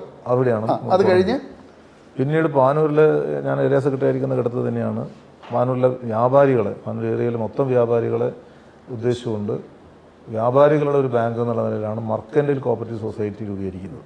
പാനൂർ ആസ്ഥാനമായിട്ട് അതിൻ്റെ ചീഫ് പ്രൊമോട്ടറായിട്ട് ഞാൻ തന്നെ ചുമതല ഏറ്റെടുത്തു. വ്യാപാരി വ്യവസായി സമിതിയുടെ സംഘടനാ സഹായത്തോടു കൂടി കുറേ ആളുകളെ ചേർത്തു. അത് പ്രധാനപ്പെട്ട ഒരു സ്ഥാപനമായിട്ട് വളരെ വേഗം തന്നെ മാറ്റിയെടുക്കാൻ വേണ്ടി പാനൂർ മർക്കൻറ്റൈൽ കോപ്പറേറ്റീവ് സൊസൈറ്റി. പിന്നീട് ഞാൻ കൺസ്ട്രക്ഷൻ യൂണിയൻ, ട്രേഡ് യൂണിയൻ രംഗത്ത് കൺസ്ട്രക്ഷൻ തൊഴിലാളികൾ സംഘടിപ്പിക്കുന്ന ഉത്തരവാദിത്തം ചുമതലയുണ്ടായിരുന്നു. ഞാനതിൻ്റെ ഏരിയ സെക്രട്ടറി ആയിട്ട് പ്രവർത്തിച്ചിട്ടുണ്ട്, കൺസ്ട്രക്ഷൻ വർക്കേഴ്സ് യൂണിയൻ്റെ. ആ സമയത്ത് എനിക്കുണ്ടായ ഒരു ആശയമാണ് ഈ തൊഴിലാളികളെ വെച്ചുകൊണ്ട് നമുക്കൊരു ലേബർ കോൺട്രാക്ട് സൊസൈറ്റിയും അതുപോലെ തന്നെ അവരുടെ വെൽഫെയർ സംബന്ധിച്ച് ഒരു കാര്യങ്ങൾക്ക് വേണ്ടിയിട്ടൊരു സൊസൈറ്റി ഉണ്ടാക്കണം എന്നുള്ളത്. അങ്ങനെയാണ് ഞാൻ തന്നെ ചീഫ് പ്രൊമോട്ടറായിട്ടുള്ള മറ്റൊരു കമ്മിറ്റി ഉണ്ടാക്കി ആ തൊഴിലാളികളെ സംഘടിപ്പിച്ചുകൊണ്ടുള്ള construction workers welfare and labour contract society എന്നുള്ള പേരിൽ ഒരു സൊസൈറ്റി കൂടി അതിപ്പോൾ പാനൂരിൽ പ്രവർത്തിക്കുന്നുണ്ട്. അതുപോലെ തന്നെ പിന്നീട് ഒരു പ്രിൻറ്റിംഗ് പ്രസ് പാനൂരിൽ കോപ്പറേറ്റീവ് പ്രിൻറ്റിംഗ് പ്രസ് ആരംഭിക്കുന്നതിന് വേണ്ടി അതിനും മുൻകൈ എടുക്കുകയുണ്ടായി. ഇതിൻ്റെ ശേഷമാണ് ഞാൻ ജില്ലാ സഹകരണ ബാങ്ക്, ഞാൻ ഏരിയ സെക്രട്ടറി സ്ഥാനത്ത് നിന്ന് ഒഴിയുന്നത് തന്നെ ജില്ലാ സഹകരണ ബാങ്കിൻ്റെ പ്രസിഡന്റ് സ്ഥാനത്തേക്ക് വന്നുകൊണ്ട്. ഈ ജില്ലാ സഹകരണ ബാങ്കിൻ്റെ പ്രസിഡന്റായിട്ട് എത്ര വർഷം ഉണ്ടായിരുന്നു? 3 വർഷം. എന്താണ് ആ കാലഘട്ടത്തിൽ താങ്കൾ തുടങ്ങി വെച്ച ബൃഹത്തായ എന്തെങ്കിലും പദ്ധതികൾ പറയാൻ പറ്റുമോ? ജില്ലാ സഹകരണ ബാങ്ക് ആയിരുന്ന ഘട്ടത്തിൽ അതിൻ്റെ ആഭ്യന്തരമായിട്ടുള്ള സ്വഭാവത്തിൽ കുറേ മാറ്റങ്ങൾ കൊണ്ടുവന്നിട്ടുണ്ട്.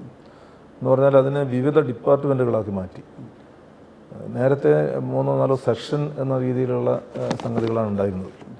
പക്ഷേ അതിൽ പുതുതായിട്ട് HR സെക്ഷൻ കൊണ്ടുവന്നു, HR ഡിപ്പാർട്ട്മെൻറ്റ് കൊണ്ടുവന്നു. അതുപോലെ തൊഴിലാളികളുടെ വെൽഫെയർ കണക്കില്ല. അപ്പോൾ തൊഴിലാളികളെയാണ് താങ്കൾ ചിന്തിച്ചത്. അന്ന് HR ഉണ്ടായിരുന്നില്ല ആ കാലത്ത്. അതുവരെ അവിടെ നിന്നല്ല ഒരു ജില്ലാ ബാങ്കിൽ ആദ്യമായിട്ട് HR കൊണ്ടുവന്നത് താങ്കളാണോ കണ്ണൂർ ജില്ലാ ബാങ്കിൽ കേരളത്തിൽ? യെസ്, HR ഡിപ്പാർട്ട്മെൻറ്റ് കൊണ്ടുവന്നു. അതുപോലെ തന്നെ വ്യക്തികളുടെ ലോണിന് വേറെ ഡിപ്പാർട്ട്മെൻറ്റ്, സാധാരണ സംഘങ്ങളുടെ ഇതിന് വേറെ ഡിപ്പാർട്ട്മെൻറ്റ്, ഇങ്ങനെ ഓരോ കാറ്റഗറി ചെയ്തുകൊണ്ട് ഡിപ്പാർട്ട്മെൻറ്റുകളാക്കി മാറ്റി അതിനെ ഓരോ സീനിയർ മാനേജർമാരെ ചുമതലപ്പെടുത്തി. അങ്ങനെ അതിനെ ആ ഒരു ബാങ്കിൻ്റെ ഒരു പ്രവർത്തനത്തെ സ്മൂത്തായി കൊണ്ടുപോകുന്നതിന് വേണ്ടിയിട്ടുള്ള ഒരു സംവിധാനത്തിലേക്ക് കൊണ്ടുവന്നു. അതിന് പുറമെ ജില്ലാ ബാങ്കിൻ്റെ നിലവിലുണ്ടായിരുന്ന ലോഗോ, ആ ലോഗോ ഒരു പ്രാകൃതമായ സംഗതിയിലായിരുന്നു. കുറേ വർഷമായിട്ടുള്ളതാണ്, ഒരിക്കലും തൊടാൻ പറ്റില്ല എന്നായിരുന്നു ആളുകളുടെ ധാരണ. പക്ഷേ വളരെ സിമ്പിളായിട്ടുള്ള ഈ പുതിയ കാലഘട്ടത്തിന് ചേരുന്ന ലോഗോയിലേക്ക് പുതിയ ലോഗോ കൊണ്ടുപോകും. അപ്പോൾ ജില്ലാ ബാങ്കിൻ്റെ പുതിയ ലോഗോ താങ്കളുടെ സംഭാവനയാണ്. പിന്നെ ലോഗോ മാത്രമല്ല, ഒരു പച്ച ബോർഡ്, നിങ്ങൾ ഓർക്കുന്നുണ്ടോ അറിയില്ല, ആ പറയുന്ന ആ ലോഗോയും സെയിം ബോർഡ്. ആദ്യത്തെ അക്കൗണ്ട് കണ്ണൂർ ജില്ലാ സഹകരണ ബാങ്കിന്റെ സായാഹ്ന ശാഖയിലാണ് 87. കളർ കോഡ്, മൊത്തം ബാങ്കിന് ഒരു കളർ കോഡ് കൊണ്ടുവന്നു, ഈ ലോഗോ കൊണ്ടുവന്നു. അതിന് പുറമെ പിന്നെ കോർ ബാങ്കിങ് നടപ്പാക്കുന്നതിന് വേണ്ടിയിട്ട് കുറേ പഠനങ്ങൾ തന്നെ നടത്തേണ്ടി വന്നിട്ടുണ്ട്. യാത്ര നടത്തിയിട്ടുണ്ട് മറ്റ് സംസ്ഥാനങ്ങളിലടക്കം ഇത് നടപ്പാക്കിയിട്ടുള്ള ബാങ്കുകളിൽ. അങ്ങനെ ഒത്തിരി പ്രവർത്തനം ജില്ലാ ബാങ്കിൽ 3 കൊല്ലത്തിനുള്ളിൽ ചെയ്യണം. അത് കഴിഞ്ഞ് സംസ്ഥാന സഹകരണ ബാങ്കിന്റെ ഡയറക്ടർ ബോർഡിലേക്ക് വന്നു. അത് കഴിഞ്ഞിട്ടല്ല, അതിൻ്റെ സമയത്ത് തന്നെയാണ് ജില്ലാ ബാങ്കിന്റെ പ്രസിഡന്റ് എന്നുള്ള നിലയിലാണ് സംസ്ഥാന സഹകരണ ബാങ്കിലേക്ക് ഡയറക്ടർ ബോർഡിലേക്ക് വരുന്നത്. സംസ്ഥാന സഹകരണ ബാങ്കിന്റെ ഡയറക്ടർ ബോർഡിലേക്ക് വരുമ്പോൾ ആദ്യം കടകംപള്ളി സുരേന്ദ്രനാണ് അവിടെ പ്രസിഡൻ്റായിട്ട്. ആ സമയത്താണ് ഞാൻ ബോർഡിൽ വരുന്നത്. അദ്ദേഹം വളരെ പെട്ടെന്ന് അവിടുന്ന് മാറി ജില്ലാ സെക്രട്ടറിയായി തിരുവനന്തപുരം, ഇവിടുന്ന് മാറി. പിന്നീട് ആ സ്ഥാനത്ത് കോലിക്കോടൻ കൃഷ്ണൻ നായർ പ്രസിഡൻ്റായി. അതിനുശേഷം മെഹബൂബ്, ഇപ്പോൾ കോഴിക്കോട് ജില്ലാ സെക്രട്ടറി ആയിട്ടുള്ള മെഹബൂബ് അവിടെ പ്രസിഡൻ്റായി. ആ സമയത്തൊക്കെ ഞാൻ ഈ സംസ്ഥാന സഹകരണ ബാങ്കിൻ്റെ ഡയറക്ടർ ബോർഡിലുണ്ട്. അതിൻ്റെ എക്സിക്യൂട്ടീവിലും ഡയറക്ടർ ബോർഡിൽ ഇടയ്ക്കിടെ യോഗം ചേരുന്ന, ആഴ്ചതോറും യോഗം ചേരുന്നത് എക്സിക്യൂട്ടീവാണ്. അവരാണ് പ്രധാനപ്പെട്ട തീരുമാനം എടുക്കുക. ആ എക്സിക്യൂട്ടീവ് ഡയറക്ടർ എന്നുള്ള നിലയിലും അവിടെ പ്രവർത്തിച്ചിട്ടുണ്ട്. അത് കഴിഞ്ഞിട്ട് ഏത് മേഖലയിലേക്കാണ് വന്നത്? ഇതേ സമയത്ത് തന്നെ പരിയാരം മെഡിക്കൽ കോളേജിൻ്റെ ഡയറക്ടർ ബോർഡിലുണ്ടായിരുന്നു. പിന്നെ പിന്നെ കുറച്ച് കാലത്തിന് ശേഷമാണ് പന്നൂർ സർവീസ് ബാങ്കിൻ്റെ പ്രസിഡൻ്റായിട്ട് കുറച്ച് അത് കഴിഞ്ഞ് ഇപ്പോഴും ഞാൻ പ്രവർത്തിക്കുന്നത് കുറച്ച് പിന്നെ ഇടവേളയുണ്ട്. ഈ ഡെപ്പോസിറ്റ് ഗ്യാരണ്ടി ഫണ്ട് ബോർഡ് എന്ന് പറഞ്ഞാൽ സാധാരണക്കാർക്ക് പിടികിട്ടാത്തൊരു ബോർഡാണ്. അപ്പം നിങ്ങൾ പറയുമ്പോൾ തന്നെ ഇത് എന്താണ് നിങ്ങൾ ഗ്യാരണ്ടി കൊടുക്കുന്നത്, ആർക്കാണ് ഗ്യാരണ്ടി, ആരുടെ ഡെപ്പോസിറ്റാണ് കൊടുക്കുന്നത്, അതേക്കുറിച്ചൊന്ന് പറയാൻ പറ്റുമോ? സഹകരണ മേഖലയിൽ ഇന്ത്യയിൽ തന്നെ കേരളത്തിൽ മാത്രമേ ഇങ്ങനൊരു സംവിധാനം ഉള്ളൂ. സഹകരണ സംഘങ്ങളിൽ നിക്ഷേപിക്കുന്ന നിക്ഷേപകന്മാരുടെ നിക്ഷേപത്തിന് ഒരു സുരക്ഷിതത്വം ഉറപ്പാക്കുക എന്നതിൻ്റെ ഭാഗമായിട്ടാണ് ഇങ്ങനൊരു ബോർഡ് രൂപീകരിക്കുന്നത്. അത് ഡെപ്പോസിറ്റിന് ആനുപാതികമായിട്ട് സംഘങ്ങൾ പണം അടക്കണം ഡെപ്പോസിറ്റ് ഗ്യാരണ്ടി ബോർഡിലേക്ക്. അപ്പോൾ ആ തുകയാണ് അതിൻ്റെ കോർപ്പസ് ഫണ്ട് എന്ന് പറയുന്നത്. ഡെപ്പോസിറ്റ് ഗ്യാരണ്ടി ബോർഡിൻ്റെ കോർപ്പസ് ഫണ്ട് ഈ ഡെപ്പോസിറ്റ് ഓരോ സംഘത്തിലുള്ള ഡെപ്പോസിറ്റിന് ആനുപാതികമായി നിശ്ചയിക്കപ്പെട്ട തുക വർഷാവർഷം അടക്കണം. അതൊരു ഫണ്ടായിട്ട് സ്വരൂപിക്കും. അപ്പോൾ ഏതെങ്കിലും സംഘം പ്രതിസന്ധിയിൽപ്പെട്ട് നിക്ഷേപകർക്ക് നിക്ഷേപം തിരിച്ചു കൊടുക്കാൻ പറ്റാത്ത ഒരു സാഹചര്യം വരുമ്പോൾ ഈ ഫണ്ടിൽ നിന്ന് ആ സംഘത്തെ സഹായിക്കും. അതിൻ്റെ വൈസ് ചെയർമാനായിരുന്നു താങ്കൾ. അതെ. അതിനകത്ത് എന്തെങ്കിലും പ്രധാനപ്പെട്ട പ്രവർത്തനങ്ങൾ നടത്തിയിട്ടുണ്ടോ വൈസ് ചെയർമാൻ പദവിയിലിരിക്കുമ്പോൾ? ഞാൻ യഥാർത്ഥത്തിൽ 2 വർഷം മാത്രമേ അതിൻ്റെ ഭാരവാഹി സ്ഥാനത്ത് നിന്നിട്ടുള്ളൂ. കാരണം ഒന്നാം പിണറായി സർക്കാരിൻ്റെ കാലത്ത് ഇതിൻ്റെ വൈസ് ചെയർമാനായിട്ട് ആദ്യം നിശ്ചയിച്ചത് പത്മകുമാറാണ്, എ പത്മകുമാർ. അദ്ദേഹം പിന്നീട് തിരുവിതാംകൂർ ദേവസ്വം ബോർഡ് പ്രസിഡൻ്റായി മാറിയതിന് ശേഷം ആണ് ഞാൻ ആ സ്ഥാനത്തേക്ക് വരുന്നത്. അപ്പോൾ ആ സർക്കാരിൻ്റെ 2 വർഷത്തെ അവസാനത്തെ 2 വർഷത്തെ കാലാവധിയിൽ മാത്രമേ നിന്നിട്ടു. പിന്നെ എനിക്ക് 5 വർഷത്തേക്കാണ് നിയമനം. പക്ഷെ പിന്നീട് പിണറായി സർക്കാർ തന്നെയാണ് രണ്ടാമത് വന്നതെങ്കിൽ പോലും ഒരു ജനാധിപത്യ മര്യാദ അനുസരിച്ച് സർക്കാരിൻ്റെ മാറ്റമാണ്. ഇപ്പോൾ പുതിയ സർക്കാർ നോമിനേറ്റ് ചെയ്യേണ്ട ആളാണ് എന്നതുകൊണ്ട് തന്നെ ഞാൻ രാജിവെച്ചു. ഇപ്പം ഈ ബാങ്കിൻ്റെ ടൗൺ സർവീസ് സഹകരണ ബാങ്കാണോ ഇത്? ശരിക്കും ഇതിൻ്റെ പേര് ഇടയ്ക്ക് മാറ്റിയിട്ട് റൂറൽ ബാങ്ക് എന്നല്ലേ ഉണ്ടായിരുന്നത് മുമ്പ്? നേരത്തെ ടൗൺ ബാങ്ക് എന്നാണ് അറിയപ്പെട്ടിരുന്നത്. അത് മാറിയിട്ട് തലശ്ശേരി കോഓപ്പറേറ്റീവ് റൂറൽ ബാങ്ക് ആയിട്ടാണ് ഇപ്പോൾ. ഇത് എത്ര ഡെപ്പോസിറ്റും എത്ര ആസ്തിയുള്ള സ്ഥാപനമാണ് ശരിക്കും? ഇപ്പോൾ 360 കോടി രൂപയുടെ നിക്ഷേപമുണ്ട്. എത്ര ബ്രാഞ്ച് ഉണ്ട് നിങ്ങൾക്ക്? 11 ബ്രാഞ്ച്. എന്തൊക്കെയാണ് വേറെ പ്രധാനപ്പെട്ട പ്രവർത്തനങ്ങൾ? 11 ബ്രാഞ്ചുകളിൽ സാധാരണ നടക്കുന്ന ബാങ്കിങ് പ്രവർത്തനത്തിന് പുറമെ പ്രധാനപ്പെട്ട ഒരു ഇടപെടൽ എന്ന് പറയുന്നത് ഈ ഓഡിറ്റോറിയം തന്നെയാണ്. ഇതിപ്പോൾ ശരിക്കും പറഞ്ഞാൽ ഒരു ഓഡിറ്റോറിയം കോംപ്ലക്സ് ആയിട്ടാണ് ഇപ്പോൾ നിൽക്കുന്നത്. എത്ര ഓഡിറ്റോറിയം ഉണ്ട് ഇതിനകത്ത്? ഒരേ സമയം തന്നെ ഈ പ്രധാനപ്പെട്ട ഓഡിറ്റോറിയം, അതിൻ്റെ ഡൈനിങ് ഹാൾ, ഇതിൻ്റെ കിച്ചണ്, അതിന് പുറമെ ഒരു E Narayanan memorial banquet hall, അതിലും 100-800 ആളുകൾക്ക് പങ്കെടുക്കാൻ പറ്റാവുന്ന ഒരു ഓഡിറ്റോറിയമാണ്. അതിനും സെപ്പറേറ്റ് കിച്ചണുണ്ട്. പിന്നെ അതുപോലെ തന്നെ ഒരു മിറാക്കിൾ വെന്യൂ എന്ന പേരിൽ ഒരു 100 പേരുടെ ചെറിയ പരിപാടികൾ നടത്താൻ പറ്റാവുന്ന ഒരു ഹാളുണ്ട്. അങ്ങനെ 3 പരിപാടികൾ ഒരേ സമയം നടത്താൻ പറ്റാവുന്ന ഒരു വലിയ സംവിധാനമായിട്ട് ഇത് മാറി.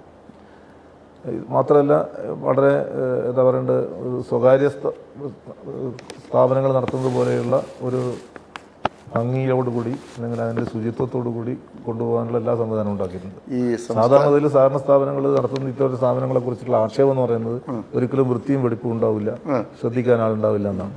അങ്ങനെ ഒരു പരാതിയും ആർക്കും പറയാൻ ഇടവരുത്താത്ത ജില്ലാ ബാങ്കിൻ്റെ പ്രസിഡന്റ്, ഡെപ്പോസിറ്റ് ഗ്യാരണ്ടി ഫണ്ട് ബോർഡിൻ്റെ വൈസ് ചെയർമാൻ, സംസ്ഥാന സഹകരണ ബാങ്കിൻ്റെ ഡയറക്ടറൊക്കെ ആയിരുന്ന താങ്കൾ ഇത്രയും വലിയ രാഷ്ട്രീയ പ്രതിസന്ധികളിലൂടെ ജീവിതത്തിൽ നിരന്തര പോരാട്ടങ്ങളിലൂടെ വളർന്നു വന്ന താങ്കൾ ഇപ്പോൾ ഒരു കണ്ണൂർ ജില്ലയിലെ ഒരു സാധാരണ സഹകരണ ബാങ്കാണ്. സഹകരണ ബാങ്കുകൾ കണ്ണൂർ ജില്ലയിൽ ഇഷ്ടം പോലെയുണ്ട്.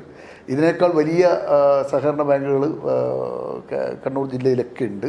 ഇങ്ങനെ ഒരു സഹകരണ ബാങ്കിൻ്റെ ഒരു പ്രസിഡന്റ്ഷിപ്പിലേക്ക് ഒതുങ്ങിപ്പോയോ എന്നൊരു ചോദ്യം ഇത് കേൾക്കുന്നവർ ചോദിച്ചാൽ എന്ത് മറുപടി പറയും? ഇതിപ്പോൾ കേട്ടവർ താങ്കളുടെ സമരം പകുതിയെ പറഞ്ഞിട്ടുള്ളൂ. താങ്കൾ അനുഭവിച്ച തീവ്രമായ ഒന്നും പറഞ്ഞിട്ടില്ല. കാരണം അത് പറയാൻ പോയി കഴിഞ്ഞാൽ നമുക്ക് കൂടുതൽ ടെൻഷനാവും. കാരണം ഞാനെല്ലാം നേരിട്ട് കണ്ടിട്ടുള്ള കാര്യങ്ങളാണ് ഓരോ സംഭവങ്ങൾ. അപ്പം ഒതുങ്ങിപ്പോയോ, ഒതുക്കി കളഞ്ഞോ എന്നൊക്കെ നാട്ടുകാർക്ക് തോന്നിയാൽ എന്ത് മറുപടി പറയും? അത് ഈ രാഷ്ട്രീയ പ്രവർത്തനം എന്ന് പറയുന്നത് പദവികളാണ് എന്ന് ധരിക്കുന്നവർ സാധാരണത്തിൽ ചിന്തിക്കുന്ന ഒരു ചോദ്യമായിരുന്നു. എൻ്റെ അടുത്ത് തന്നെ നേരിട്ട് പലരും പറയാറുണ്ട്, ഞാൻ ഏരിയ സെക്രട്ടറി ആയ കാരണം അത്രയും വലിയ ത്യാഗം സഹിച്ചിട്ടുള്ള ഒരാളല്ലേ നിങ്ങൾ ഇങ്ങനെ ആയാൽ മതിയോ, അതുകൊണ്ടാണ് നിങ്ങൾ ഇങ്ങനെയാവുന്നത്, ഇങ്ങനെയൊക്കെ ചോദിക്കുന്നത് എന്നെ പ്രകോപിപ്പിക്കാനാണ്.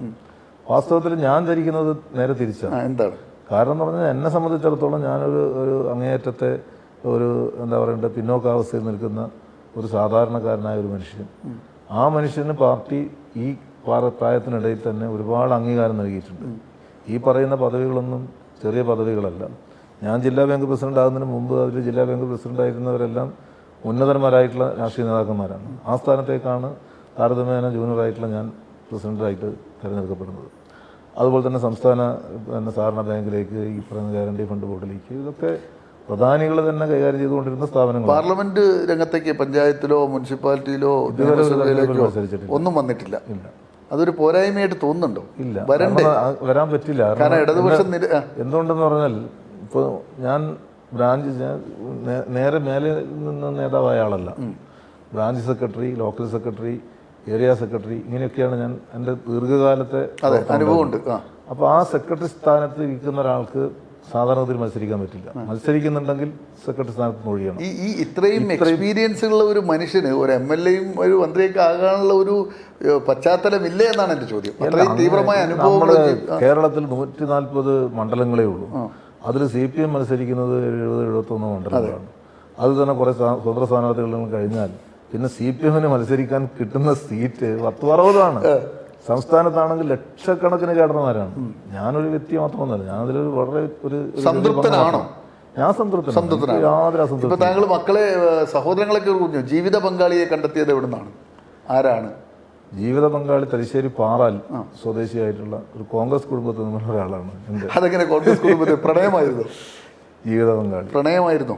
കോൺഗ്രസ് കുടുംബത്തിൽ ചെന്ന് പെട്ടു എന്ന് പറയുമ്പോൾ ഞങ്ങൾ തമ്മിൽ സംസാരിച്ച് ധാരണയാക്കുക. കാരണം അതിലും എന്നെ സംബന്ധിച്ചിടത്തോളം ഒരു ആദർശം ഉണ്ടായിരുന്നു. എങ്ങനെയാണത്? മിനിമം വ്യത്യസ്ത ജാതിയെങ്കിലും ആയിരിക്കണം, മിശ്ര വിവാഹം ആയിരിക്കണം എന്നുള്ളത് എൻ്റെ ഒരു ആഗ്രഹമായിരുന്നു. അതാണ് എൻ്റെ ആദർശ വിവാഹം, എൻ്റെ ഒരു സങ്കല്പം. ഞാൻ വീട്ടിൽ കല്യാണത്തെ പറ്റി വീട്ടുകാരൻ്റെ അടുത്ത് സംസാരിച്ചപ്പോൾ, ഞാൻ കല്യാണം കഴിക്കുന്നുണ്ടെങ്കിൽ ജാതി മാറിയിട്ട് കഴിക്കൂ എന്ന് സമ്മതം ചെയ്തു. കുറച്ച് സമയത്തിന് ശേഷം അവർ സമ്മതിച്ചു. അങ്ങനെ ഞാൻ കണ്ടെത്തിയതാണ് ഈ കക്ഷിനെ. നിങ്ങൾ കണ്ടെത്തിയതാണ്? കുടുംബം കണ്ടെത്തിയതല്ല. അതെങ്ങനെ കണ്ടെത്താനുള്ള സാഹചര്യം ഉണ്ടായി? അതിന് ആ കാലത്തൊരു സൂത്രമുണ്ട്. എന്താണ്? അതെന്താന്ന് പറഞ്ഞാൽ തൂലികാ സൗഹൃദം എന്ന് പറയുന്ന ഒരു പ്രസിദ്ധീകരണമുണ്ട്. ആ സമയത്ത് സുഹൃത്തുക്കളെ കണ്ടെത്താൻ. അതിൽ പിന്നെ വരിക്കാരനായി ചേർന്നാൽ അതിൽ വരിക്കാരുടെ അഡ്രസ്സ് മുഴുവൻ അച്ചടിച്ചു വരും. ഓരോ തവണ ചേരുന്ന വരിക്കാരുടെ അഡ്രസ്സ് അവർ അച്ചടിച്ചു വരും. അതിൽ നമുക്ക് പറ്റാവുന്ന ആളുകളോട് നമുക്ക് അങ്ങോട്ടും ഇങ്ങോട്ടും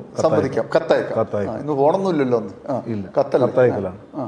അങ്ങനെ കത്തയച്ച് നമ്മുടെ അടുത്തുള്ള ഒരു, യഥാർത്ഥത്തിൽ ഞാൻ ഈ കക്ഷി പിന്നെ പേര് കൊണ്ട് സ്ത്രീയാണെന്ന് പോലും ആദ്യം ധരിച്ചിട്ടില്ല. എന്താണ് പേര്?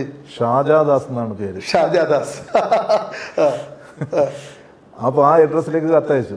ആ കത്ത് പിന്നെ അങ്ങനെ വന്ന് അങ്ങനെ തൂലികാ സൗഹൃദത്തിലൂടെ ഷാജാദാസിനെ ജീവിത പങ്കാളിയായി കണ്ടെത്തി. ജോലി ചെയ്യുന്നുണ്ടോ?